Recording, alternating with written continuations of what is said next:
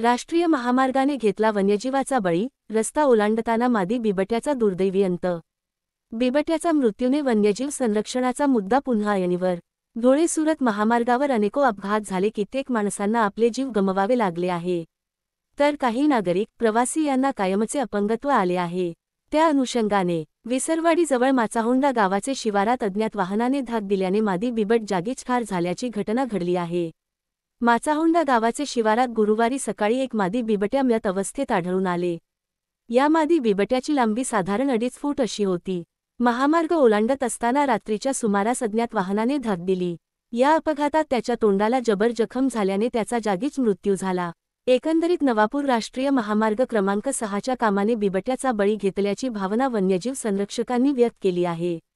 विसरवाडी परिसरात बिबट्या बालाहाट, बालमराई, पानबारा आदी गावांमध्ये दिसल्याचे आढळून येते. बिबट्या जंगल सोडून गावाकडे का येत असावे हाच मोठा प्रश्न उपस्थित होतो.